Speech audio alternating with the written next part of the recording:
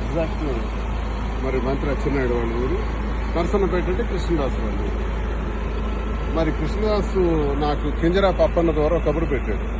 ఈరోజు హైదరాబాద్ నుంచి వస్తున్నాడు కదా, దమ్ముంటే రమ్మను, చంపేస్తాం, అటాక్ చేస్తాం, నరికేస్తామని చెప్పారంట. సరే మీరేం చేస్తారో. నేను ఈరోజు ఇదిగో నిమ్మాడ జంక్షన్లో మించుమించు 11:30 అవుతుంది. మరి కొద్ది దూరంలోనే టెక్కలు ఉంది, వెళ్తున్నాను. మీరు ఒకవేళ చంపాలి, నరకాలి, లేదా అటాక్ చేసి కొట్టేయాలి అనుకుంటే ఐఎమ్ రెడీ. నేనేం తప్పు చేశాను? ప్రజల అభిప్రాయాన్ని మీకు ప్రశ్నించాను. వీళ్ళు ఉచ్చ రాజకీయాలని బయట పెట్టారు. మీరు దౌర్భాగ్యమైనటువంటి మీ అవినీతిని అంతటినీ బయట పెట్టారు. మీరు చేస్తున్నటువంటి కేడీ రాజకీయాల్ని బయట పెట్టారు. అంత మాత్రం చంపేస్తారా? ఓకే, చంపేస్తే దువ్వాడ శ్రీనివాస్ అదిరిపోతాడని, బెదిరిపోతాడని నాకు అప్పన్నతో ఫోన్ చేయించారు.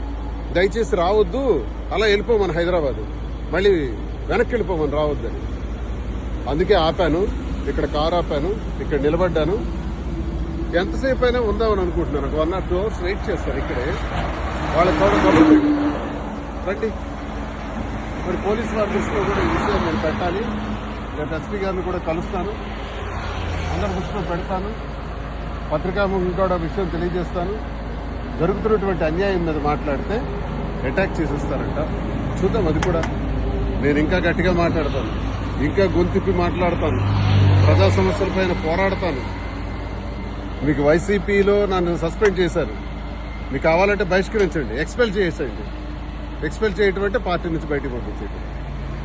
అదే చేసిన తర్వాత స్వతంత్రుడిగా నా కార్యక్రమం నేను చేస్తాను. ఇంకా గట్టిగా శ్రీకాకుళం జిల్లాలో పనిచేస్తాను.